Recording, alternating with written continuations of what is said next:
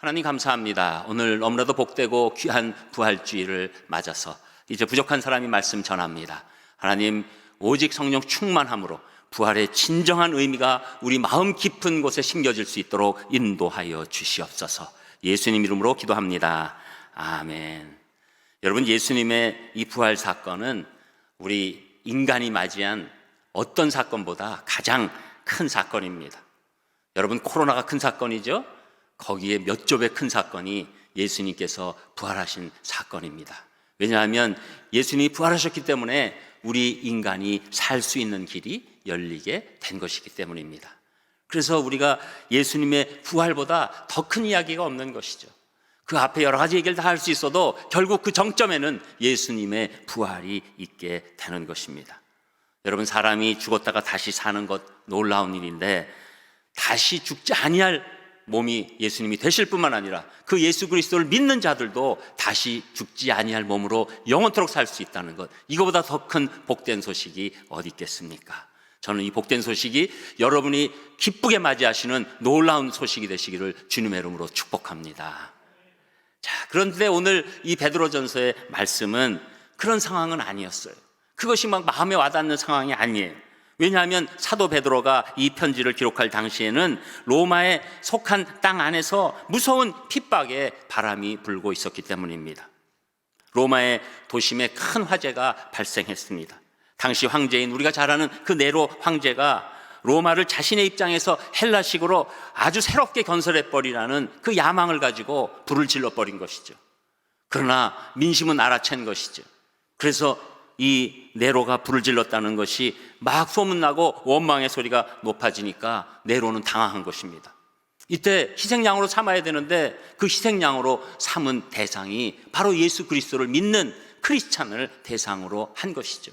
그래서 크리스찬들이 불을 냈다고 그 비난의 화살을 돌려버리고 방화의 책임을 뒤집어 씌우고 말게 되는 것이고, 결국은 헛소문을 퍼뜨릴 뿐만 아니라 예수 그리스도를 믿는 그리스도인들을 체포하고 그 말할 수 없는 고문과 심지어 원형 경기장에서 사자밥이 되게 하는 등 여러 가지 엄청난 핍박이 있으니까 이 그리스도인들이 다 도망갈 수밖에 없었던 것이죠. 숨을 곳을 찾아서 흩어졌습니다. 어떤 사람은 산에 동굴을 파고 들어가고 이미 있는 동굴에 숨어 들어가고 또 양의 가죽을 입고 짐승처럼 사는 모양으로 살게 된 것이죠. 그래서 베드로는 이 흩어진 성도들을 향해서 지금 말씀을 전하고 있는 것입니다. 얼마나 고생스러웠겠습니까? 과연 이 삶이 이게 언제 끝나나? 이 핍박이 언제 잠잠해지려나? 이 배고픔과 추위가 언제 끝날 것인가? 그리고 또 특히 하나님이 살아계시다면 어떻게 이런 일이 일어날까? 라는 그런 마음의 원망과 실망과 낙심이 점점 많아지게 된 것이죠. 마치 지금 우리는 이것보다 훨씬 덜하지만 코로나가 지금 이제 1년을 넘어서서 2년을 향하고 가니까 견디지 못할 것 같은 그 마음들의 모습과 비슷한 상황이 일어나게 된 것입니다. 그렇게 절망하고 불안한 사람들에게 베드로는 오늘 이 베드로전서 편지를 보내면서 예수님이 주시는 그 부활의 능력, 그것을 세 가지로 설명하면서 이들에게 다시 용기를 불어넣어주려는 그런 서신을 쓰게 된 것이죠. 그래서 저는 이 올해 2021년 부활절 설교에 가장 합당한 부활절 설교가 무엇인가 여러 가지로 기도했을 때 바로 이 말씀이다 라고 생각했기 때문에 오늘 이 말씀을 여러분에게 전해드리는 것이죠. 그래서 여러분, 이게 베드로가 여러분에게 직접 주는 그 귀한 말씀이라고 느끼시면서 말씀을 받으셨으면 좋겠습니다. 첫 번째로, 부활이 주는 능력은 우리에게 산 소망을 준다고 말씀하고 있는데 그 말씀이 3절 4절에 나오는 것이죠. 여러분 읽으셨지만 우리 3절 4절 또 한번 같이 읽겠습니다. 3절 시작. 우리 주 예수 그리스도의 아버지 하나님을 찬송하리로다.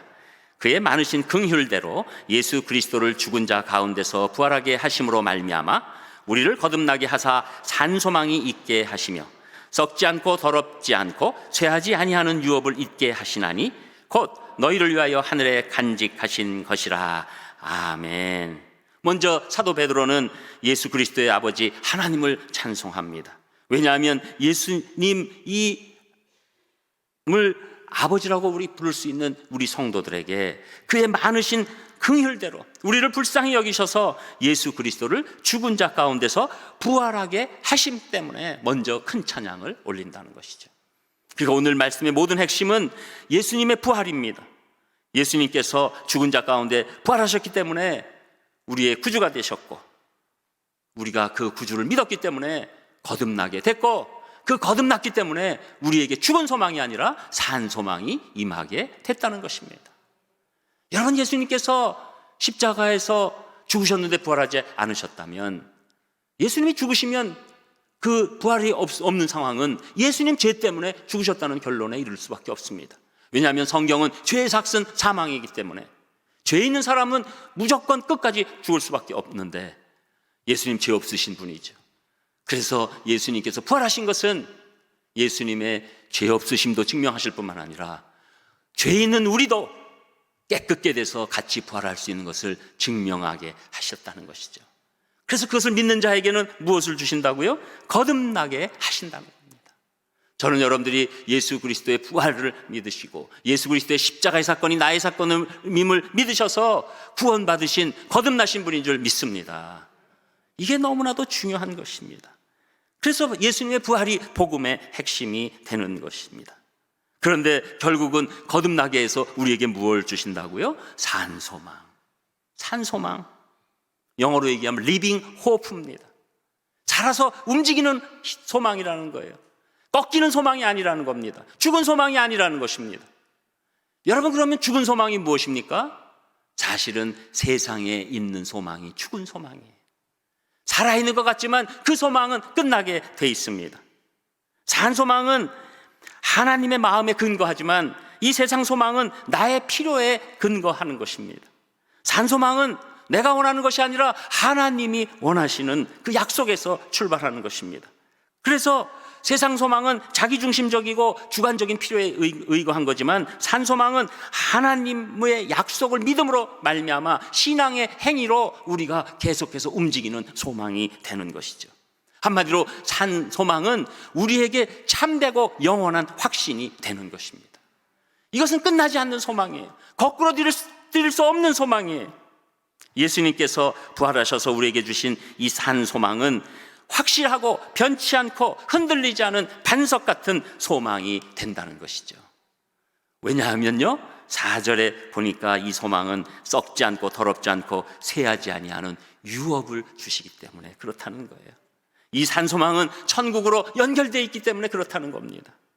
우리는 이 땅에서 사실 나그네죠. 여러분, 나그네란 생각 하세요? 이 생각 꼭 하셔야 돼요. 여러분, 신앙생활 잘 하려면 우리가 나그네다 그 생각 없으면 거기서부터 다 무너지는 것입니다. 여러분, 나그네라고 생각할 때 이 땅에서 받을 게 없어요. 나그네는 조금 좋은 호텔에 가서 잤다고 해가지고 그걸로 영원하게 그곳에서 사는 곳이 아닙니다. 요새 한 달 살기 해서 이제 호텔들이 어쩔 수 없이 막 그런 프로그램을 내서 가고 하고 한다는 분이 있더라고요. 그런데 거기 가면 뭐 합니까? 한 달 있다 나오면 그냥 끝인 거죠. 그것처럼 우리가 나그네 되면 이 땅에서 잘 살고 못 살고 부가 어떻고 명예가 어떻고 다 나그네가 통과하는 과정일 뿐입니다. 그러니까 그것은 세상 소망이요, 부족한 소망이요, 결국은 죽을 수밖에 없는 소망이 되는 것이죠. 그런데 여러분, 우리가 산 소망이 있으면 이 나그네 생활 가운데서 그것에 빠지지 않고 그 산 소망, 그것이 무엇입니까? 하나님이 주신 유업을 향해서 용기 있게 나가게 된다는 것이죠. 여러분, 나그네는 자기 집이 있음에도 불구하고 떠돌아다니죠. 그러나 자기 집에 들어가면 그때부터는 자신이 갖고 있는 모든 권리와 권한을 행사하게 되는 것입니다. 여러분, 우리 이 땅에서 나그네일지라도 우리는 천국에 기업이 있는 줄 믿습니다. 그곳에는 우리 완벽한 생활이 기다리고 있는 줄 믿습니다. 그런데 왜 지금 산 소망입니까? 그 소망이 내 마음에 있으면 이 땅에서도 그 소망으로 살 수 있기 때문입니다. 저는 여러분, 이 산 소망이 미래 소망으로 끝나지 않기를 바랍니다. 그 산 소망을 이 땅으로 댕겨 오시기를 주님의 이름으로 축복합니다. 그래서 나그네지만 힘있게 살아가는 거예요. 나그네지만 용기 있게 살아가는 거예요. 왜? 내 아버지가 기다리고 있으니까, 내 아버지의 유업이 있기 때문에 우리는 나그네 길을 걸어도 힘들지 않고 하나님 안에서 담대하게, 기쁘게, 감사하게 살아갈 수 있는 것입니다. 여러분, 오늘 우리 중에도 여러 가지 이유로 침울하게 부활절을 맞고 있는 분들이 있을 수 있습니다. 그 이유가 무엇일까 한번 생각해 보시기를 바랍니다. 그 실체가, 그 안타까운 이 부활절인데 내 안타까운 마음의 실체가 여러분의 질병입니까? 사업의 실패입니까? 실직입니까? 경제적인 가난입니까? 아니면 위기감입니까? 아니면 내가 이러다가 코로나 걸려서 어떻게 될지 모른다는 공포감입니까? 여러분, 그것이 무엇이라 해도 상관없습니다. 그것과 상관없이 예수님께서 부활하셨습니다. 그래서 우리는 어떤 이유로 낙심하였든지 부활하신 예수님 만나면 썩지 않는 산소망을 얻게 되는 것입니다. 다시 사신 예수님을 바라보면 예수님이 주시는 새 힘으로 여러분을 덮어 누르고 있는 어두운 권세를 밀어내고 온전한 승리를 얻을 수 있을 줄 믿습니다. 오늘 이 부활절 우리 예배 가운데 부활의 예수님을 믿음으로 산 소망의 그 능력이 여러분에게 넘치게 임하시기를 주님의 이름으로 축복합니다.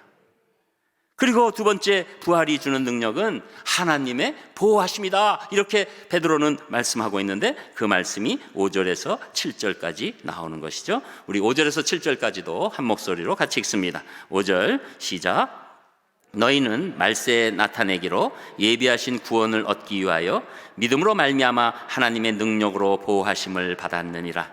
그러므로 너희가 이제 여러 가지 시험으로 말미암아 잠깐 근심하게 되지 않을 수 없으나 오히려 크게 기뻐하는도다. 너희 믿음의 확실함은 불로 연단하여도 없어질 금보다 더 귀하여 예수 그리스도께서 나타내실 때 칭찬과 영광과 존귀를 얻게 할 것이니라. 아멘.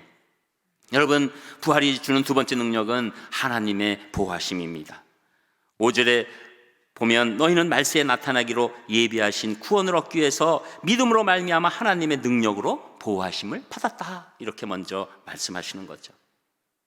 예수님께서 이제 구원을 우리에게 주시기 위해서 나타나신 때 그 부활의 능력이 우리에게 임하고 동시에 하나님의 능력으로 우리가 보호하심을 받는다, 이렇게 말씀하는 것이죠. 이 5절에 사용하는 보호하심이라는 건 이거는 군사적 용어예요. 적의 공격으로부터 시민들을 보호하기 위해서 성 안에 시민의 그 생명을 보존하기 위해서 군사적 목적으로 마련한 요새를 말씀하고 있는 것이죠. 그러니까 아주 강력한 보호를 뜻하는 것입니다. 또 이것을 원어적으로 생각해 보면 보호하심이라는 이 말은 현재 분사예요. 그래서 어제나 오늘이나 내일도 변함없이 보호하시고 우리를 지켜주신다는 말씀이 되는 것이죠. 여러분, 예수 그리스도의 부활을 확실히 믿는 우리 성도들에게는 하나님의 보호하심이 확실히 있는 줄 믿습니다. 또한 하나님은 택한 백성들인 성도들의 대적자인 사탄 마귀의 괴계로부터 하나님의 능력으로 보호해 주시는 겁니다. 여러분, 우리 성도들의 주어진 궁극적인 소망은 천국 소망이죠. 그러나 주님께서는 우리에게 천국을 보장해 주신 다음에 이 세상에서 우리가 어떤 모습으로 살아가든지 그냥 버려두시는 하나님이 아니세요. 천국 보장됐으니까 그냥 너희들 이 땅에서는 그냥 보호함 받든 안 받든 그냥 적당히들 살고 고생을 하든 안 하든 살다가 그냥 와라, 이러신 하나님이 아니시라는 거예요. 이 땅에서 하는 동안에도 우리를 보호해 주시는 하나님이신 줄 믿습니다. 그래서 이런 그 하나님께서 우리에게 선물로 주신 우리의 구원이 흔들리지 아니하고, 그리고 우리의 믿음을 지켜주시고, 그리고 모든 것들을 하나님 아래서 인도함 받게 원하시기 때문에 강력한 보호가 있다. 그래서 앤드류 머레이라는 신학자는 이렇게 얘기합니다. 하나님의 보호는 성도의 모든 것을 보호하는 것이며 그 보호는 전능하신 하나님의 보호이며 그 보호는 계속적이고 끊임없는 보호다. 우리가 완전히 하나님의 보호 가운데, 예수 그리스도의 부활의 권능 가운데 살아가고 있다는 것이죠. 그래서 예수님은 우리에게 영생의 선물을 언약하시면서 아무도 그 무엇도 우리에게서 이 선물을 빼앗지 못할 것이라고 요한복음 10장 28절에서 말씀해 주십니다. 내가 너희에게 영생을 주노니 영원히 멸망치 아니할 터이요 또 저희를 내 손에서 빼앗을 자가 없느니라. 그래서 부활의 권능은 우리를 예수 그리스도의 손에서 빼앗지 못하게 막아주시는 놀라운 보호하심이 있기 때문에 이것을 신학적 용어로 영원한 안전이라고 하고 성도의 견인이라고 표현하게 되는 것입니다. 우리가 부족해도 하나님의 보호하심 때문에 끝까지 믿음을 지킬 줄 믿습니다. 하나님께서 우리 성도들을 견인차가 끌고 가는 것처럼 우리가 부족해도, 우리가 고장난 차례도 끌고 가셔서 결국 천국을 유업으로 주실 줄 믿습니다. 이게 복된 소식이에요. 그런데 6절에서 반전의 말씀이 나오는 거예요. 6절에 보니까 그러므로 너희가 이제 여러 가지 시험으로 말미암아 잠깐 근심하게 되지 않을 수 없다, 이렇게 얘기하는 거죠. 이거 조금 충돌이에요. 왜냐하면 우리 생각에는 하나님의 보호하심이 있으면 내 생각대로 편하게 돌아가야 될 것 같은 생각이 있는 거예요. 내가 원하는 대로 돌아가는 것이 그게 하나님의 보호하심이라고 우리는 착각하는 경우가 많습니다. 그래서 내가 건강할 때, 내가 부할 때, 내가 원하는 게 이루어졌을 때, 내가 명예가 있을 때, 내가 형통할 때, 그때 나는 하나님의 보호하심이 있다고 고백하는데, 내가 건강을 잃었고 내가 가진 게 없고 그리고 명예도 다 떠나고 알아주는 사람도 없을 뿐만 아니라 가족도 외면할 수 있는 그런 안타까운 상황, 그리고 뭐 여러 가지 말할 수 없는 이 마음의 이 번민 어려움들이 오게 되면 나는 지금 하나님의 보호하심이 없는 거다, 이렇게 착각하는 경우가 많다는 거죠. 그런데 사도 베드로는 여러 가지 시험으로 말미암아 너희가 잠깐 근심한다. 왜 잠깐이라고 할까요? 이 땅이 나그네, 이 천국의 삶을 보면 잠깐이기 때문에. 그러나 여러 가지 시험이 있다는 것입니다. 이 시험은 시련을 지금 뜻하고 있는 것이죠. 여러 가지 이 우리가 갖고 있는 이 고통의 일들이 뭐 한 가지 시험도 벅찬데 여러 가지 다양한 시련과 시험이 성도들에게 덮쳐서 근심이 생긴다는 것입니다. 그래서 어찌할 바를 모르는 그런 상황이었지만 베드로는 자기 인생을 보니까 오히려 이 시험까지도 하나님의 보호하심이라는 걸 깨달았어요. 그래서 이제는 어떻게 됐다고요? 근심했지만 이제는 오히려 기뻐하는도다, 이렇게 말씀하는 겁니다. 여러분, 구체적으로 7절에 가서 보면 너희의 믿음의 확실함은 불로 연단하여도 없어질 금보다 더 귀한 것이다. 여러분, 우리가 원하는 대로 생각하는 게 하나님의 보호하심으로 생각하는 것, 착각이라고 제가 말씀드리는 이유는 우리가 원하는 대로 모든 일이 다 될 때 그때 그 길이 오히려 망하는 길이 될 수 있다는 거예요. 여러분, 우리는 한편으로는 감사한 분들이 연예인이나 정치인들이에요. 그분들의 삶을 한번 잘 조명해 보세요. 우리가 그분들의 좋아하는 연예인이나 정치인들이 있지 않으십니까? 한번 보세요. 그때 굉장히 기뻐한 일이 생겼어요, 그 사람한테. 근데 그 일이 없었으면 망하지 않았을 거예요. 여러분, 하나님의 보호하심은 그겁니다. 우리가 원하는 대로 돌아간다 하는 것이 우리에게 보호해 주시는 게 아니에요. 중간중간 주사를 놔주셔야 되는 거예요. 중간중간 백신이 필요한 것입니다. 그때 우리는 망할 길에서 돌이켜서 하나님의 보호하심으로 덧있게 되는 줄 믿습니다. 이게 놀라운 신앙의 비밀이에요. 우리는 내가 원하는 대로만 되면 그것이 하나님의 보호하심이라고 하고 그것이 유일한 간증거리라고 얘기하지만 사실은 우리의 시험과 고난과 시련 가운데서 하나님의 보호하심이 있는 줄 모르는 거죠. 여러분, 이걸 어떻게 얘기할 수 있습니까? 사도 베드로는 그걸 체험했잖아요. 베드로의 인생이 그것을 보여주는 것 아닙니까? 베드로는 얼마나 실수가 많은 사람입니까? 얼마나 시련이 많은 사람입니까? 결혼을 이미 한 사람인데 예수님 쫓아서 나왔습니다. 그랬을 때 뭐가 그렇게 편했겠습니까? 나름대로 고기잡이의 프로였습니다. 그러나 어부의 일도 멈췄습니다. 경제적으로도 어려웠을 것입니다. 또 자기의 어려움으로만 닦으십니까? 예수님 앞에서 그 실수는 어떡하고요? 예수님 십자가에서 달리시기 전에 겟세마니 동산에서 기도하실 때 대제사장들이 보낸 군인이 왔을 때 칼로 귀를 잘랐던 사람 아닙니까? 예수님께서 십자가의 얘기를 해도 절대 그러실 수 없습니다. 그러니까 예수님이 사단아 물러가라 라는 얘기를 들은 사람 아닙니까? 그리고 더더군다나 예수님이 십자가를 지실 수밖에 없는 그 재판을 받을 때 예수님을 3번이나 부인한 사람이 베드로 아닙니까? 온갖 시련과 실수와 시험들이 있었어요. 그런데 그게 없었으면 지금 베드로 사도가 베드로 되지 못한 것이죠. 내가 너에게 은과 금은 줄 수 없지만 예수 그리스도의 이름으로 일어나라! 이렇게 얘기할 수 없었죠. 여러분, 우리가 갖고 있는 이 여러 가지 시험들, 시련들 잠깐 근심하지 않을 수 없으나 오히려 나는 기뻐한다. 저는 여러분들에게 이 기쁨이 임하시기를 주님의 이름으로 축복합니다. 여러분, 그래서 그런 시련을 겪을 때 우리는 오늘 7절의 말씀처럼 확실함은 불로 연단 하에도 없어질 금보다 더 귀해지는 줄 믿습니다. 우리의 믿음이 그런 믿음이 되는 거예요. 그러니까 예수님이 다시 오실 때 우리에게 어떤 걸 주십니까? 칭찬과 영광과 존귀를 얻게 해 주시는 거죠. 이게 우리 겁니까? 사실은 예수님이 다 만들어 주신 거예요. 그런데도 우리 부모가 자식이 뭐 조금 한고 부모가 다 지원했어도 우리 자식 잘했어 이런 것처럼 우리에게 칭찬과 영광과 존귀를 주시겠다는 것이죠.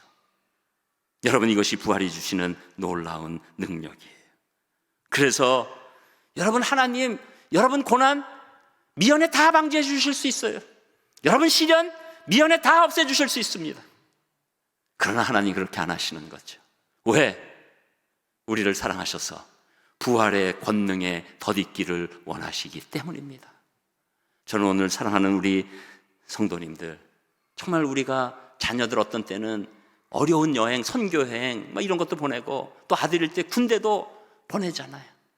아들 군대 보낼 때 요새 아들들은 옛날 아들들이 아니에요. 이게 완전히 그냥 둥기둥기예요. 그래서 뭐 아들들 옛날 제도 이게 또 라떼 같이 돼가지고 미안하지만 저 군대 갈 때는 진짜 별의별 거 다 했습니다. 뭐 원산 폭격뿐만 아니라 그냥 진짜 이런 데가 그냥 집에 가서 이렇게 벗으면 여기가 그냥 멍으로 퍼렇게 들어가고 그냥 이런 요새 그런 거 하면 큰일 나잖아요. 그런데도 그냥 못 견뎌 하잖아요. 그런데 군대 갔다 오니까 어떻게 됩니까? 와, 달라진 거예요. 자기가 달라지도록 했나요? 보냈으니까 달라졌죠. 여러분, 우리 그 아들의 마음 모르나요? 알죠. 그래도 갔다 오면, 단기 선교여행이라도 갔다 오면 달라지잖아요. 그러니까 그렇게 하시는 것처럼 하나님이 우리를 고난에, 어려움에, 시험에 이렇게 놔두실 때 사랑이 없으셔서가 아니라 우리를 부활에 참여하시는 놀라운 인물로 칭찬하시기 위해서, 영광 주시기 위해서, 존귀하다고 해 주시기 위해서 이렇게 하시는 줄 믿습니다. 저는 여러분들이 무슨 일이 있어도 지금 부활의 권능으로 말미암아 내가 보호함 받고 있다는 그 마음이 떠나지 않기를 주님의 이름으로 축복합니다. 끝으로 세 번째, 부활이 주는 능력은 절대적인 기쁨이라고 말씀하는데 그 말씀이 8절 9절에 나옵니다. 우리 8절 9절도 같이 읽겠습니다. 8절 시작. 예수를 너희가 보지 못하였으나 사랑하는도다. 이제도 보지 못하나 믿고 말할 수 없는 영광스러운 즐거움으로 기뻐하니 믿음의 결국 곧 영혼의 구원을 받음이라. 아멘. 여러분, 부활을 확실하게 믿는 사람에게는 그냥 기쁨이 아니라 절대적인 기쁨이 있는 거예요. 이 세상의 명예, 권세, 지위, 재물, 기쁨을 주죠.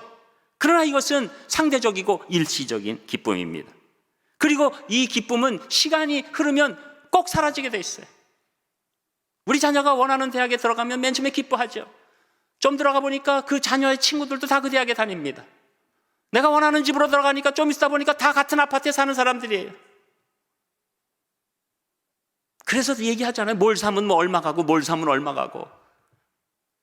여자분들이야 물론 명품백 사면 조금 더 오래 가겠지만 남자들은 자동차 사는 것도 꽤 오래 간다고 그래요. 그러나 나중에 한 1년 2년만 지내보세요. 그냥 자동차 주차한 거 부들부들 떨고 막 이러다가 그냥 이제 부딪혀도 그냥 아이 그런갑다 뭐. 그냥 그 딴 차들이나 사람들 못 다니게 아주 애매하게 세웁니다. 한 1년 2년만 지내세요. 다 심지어 중병에 들어갔다 치유받아도 시간이 좀 지나면 뭐 다 그런 거지. 이 땅에 있는 기쁨 상대적이고 일시적입니다. 그런데 이 세상 모든 것 없어도 기뻐할 수 있는 신앙은 부활이 주는 기쁨입니다. 그래서 이 8절의 말씀, 예수를 너희가 보지는 못하였으나 사랑하는도다, 이 말씀은 또 그냥 나온 게 아니에요. 베드로는 예수님 부활의 상황을 다 알잖아요. 그때 이 제자 도마한테 예수님이 해주신 그 말씀을 기억하면서 지금 이 말씀을 주는 거예요. 예수님의 제자 중에 도마는 다른 제자들이 이미 봤는데 그때 자리에 없었죠. 그러니까 부활했다고 해도 믿질 못합니다. 그러면서 이렇게 얘기합니다. 내가 십자가에서 다치신 예수님 손가락과 옆구리에 손을 넣어봐야지 내가 믿지, 어떻게 부활할 수 있냐, 이렇게 얘기했죠. 그런데 예수님 정말로 도마 앞에 나타나셨죠. 내가 내 손에 옆구리에 손 넣어봐라. 그러니까 거기서 거꾸러지죠. 그러면서 그때서야 나의 주님이시여 나의 하나님이시니다 라는 놀라운 고백을 하게 됐을 때, 예수님은 어느 좋은 고백이야 이러지 아니하시고 요한복음 20장 29절에 보면 예수께서 이르시되 너는 나를 본고로 믿느냐, 보지 못하고 믿는 자들은 복되도다 하시니라. 도마보다 보지 못했는데도 이 부활을 믿는 자들이 더 복되다는 거예요. 저는 여러분들이 그런 분인 줄 믿습니다. 여러분 예수님 보시지 못했잖아요. 말씀이 임하신 거고 성령님의 역사가 일어났죠. 예수님 직접 보지 못하셨어도 여러분 예수님을 믿으시고 그래서 예수님을 사랑한다고 고백하시잖아요. 여러분, 이 기쁨이 가장 큰 기쁨이에요. 이 기쁨이 빼앗을 수 없는 기쁨이에요.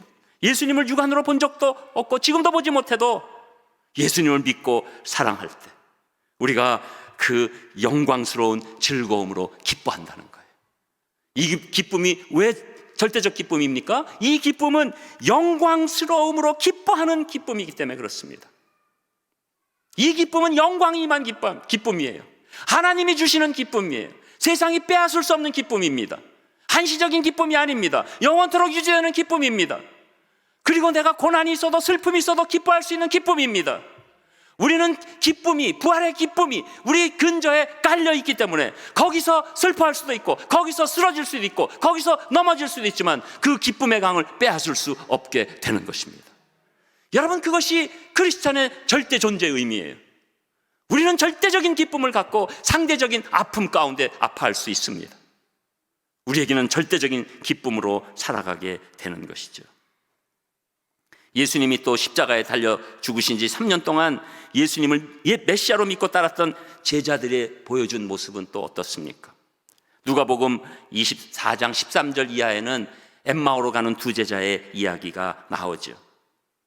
예수님 이제 십자가에서 비참하게 죽으셨어요.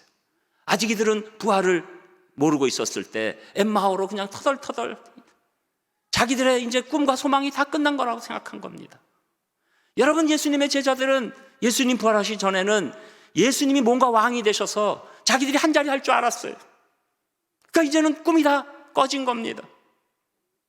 아무것도 없는 존재, 어둠의 색깔뿐이 얼굴에 나타날 수가 없었죠. 근데 그때 엠마오로 가는 두 제자에게 예수님께서 나타나셨어요. 근데 제자들 몰랐죠. 그러나 그들과 대화를 나눈 중에 이 성경의 말씀을 가지시고 메시아가 어떻게 고난받고 어떻게 부활할 것인가를 설명하죠. 그때 이들은 마음이 뜨거워집니다. 그리고 결국은 그분이 예수님이라고 알았을 때 예수님이 사라지셨죠. 그 다음에 이들은 어떻게 됩니까? 엠마오로 가는 그 슬픈 길이 이제 다시금 예루살렘으로 들어가는 놀라운 기쁜 얼굴로 바뀌게 되는 것이죠. 여러분, 우리 인생이 그것입니다. 우리가 이 인생의 어떤 것을 붙잡자고 쫓아다니다가 안 되면 슬픈 얼굴이 되지요. 그러나 그때 예수님이 우리에게 나타나셔서 부활의 권능으로 덧입혀 주시면 우리에게 절대적인 기쁨이 임하게 되는 것입니다. 그래서 우리는 이 슬픈 얼굴이 환희의 얼굴로, 낙심과 체념의 이 가슴이 뜨거운 가슴으로, 그리고 우리는 이 식어져 있는 여러 가지 마음들이 절대적 기쁨으로 바뀌면서 이 환경과 시간의 지배를 받지 않는 영원토록 기뻐할 수 있는 놀라운 존재가 되는 줄 믿습니다. 저는 여러분, 이 부활은 정말 우리에게 가장 강력한 기쁨을 주는 시간이에요. 이 세상 어떤 것도 빼앗을 수 없는 놀라운 기쁨입니다. 그 기쁨이 임할 때 우리는 인생을 온전히 바라볼 수 있고, 그 기쁨 안에서 우리는 모든 것에 승리할 수 있을 줄 믿습니다. 영국의 에드워드 모트라는 37살 난 캐비넷 제조공이 있었습니다. 이 사람은 젊은 시절에 공장에서 일하면서 열등의식과 반항심과 불평과 원망으로 가득 차 있었습니다. 그러므로 그의 삶은 그에게 전혀 의미가 없었고 소망이 없었습니다. 그러던 어느 겨울, 그가 런던 거리를 배회하다가 조그만 교회를 보고는 들르고 싶은 생각이 생겨서 예배당에 들어갔습니다. 마침 존 하야트 목사님이 예수님의 부활에 대한 설교를 하는데 그 말씀을 듣는 순간, 그래, 나도 믿어야 한다는 강렬한 소원이 일어나기 시작했습니다. 성령님께서 그의 마음의 문을 열어주셔서 그는 예수님을 영접하고 거듭나는 체험을 하게 됐습니다. 에드워드 모우트는 거듭난 후 그의 일기에 이렇게 기록했습니다. 내 망치 소리는 이제 노래하기 시작했다. 내 망치는 이제 춤을 춘다. 그리고 내 눈동자는 생기가 돌고 내 마음속에는 생수가 솟는다. 예수님께서 내 마음에 오셨기 때문이다. 나는 부활하신 예수님을 만났다. 여러분이 이 마음 되시기를 바랍니다. 여러분, 오늘 이 말씀을 받으시고 여러분이 한번 부활의 능력이 임했는지 한번 점검해 보셨으면 좋겠어요. 여러분, 지금 마음에 세상 소망이 아닌 산 소망이 있으십니까? 산 소망이 있으십니까? 그게 꼭 있으셔야 돼요. 여러분, 심령에 하나님의 보호하심을 절대적으로 신뢰하십니까? 여러분의 고난도 하나님의 보호하심의 일환이라는 걸 믿으십니까? 그게 절대적으로 있으셔야 돼요. 여러분, 그리고 빼앗을 수 없는 상대적 기쁨이 아니라 절대적 기쁨이 있으십니까? 그러면 여러분 부활의 주님을 만난 분이신 줄 믿습니다. 부활의 능력이 여러분을 덮으시기를 주님의 이름으로 축복합니다. 기도하겠습니다. 하나님, 감사를 드립니다. 오늘 귀한 부활절에 저희에게 부활의 권능을 주심에 감사를 드리오니 우리가 이제 무엇보다도 죽은 소망이 아닌 산 소망 가운데 승리하게 하시고, 어떤 경우에도 하나님의 보호하심을 의심하지 않게 하여 주시고 절대적인 기쁨으로 나아갈 수 있도록 인도하여 주시옵소서. 모든 것 감사드리며 예수님 이름으로 기도합니다. 아멘.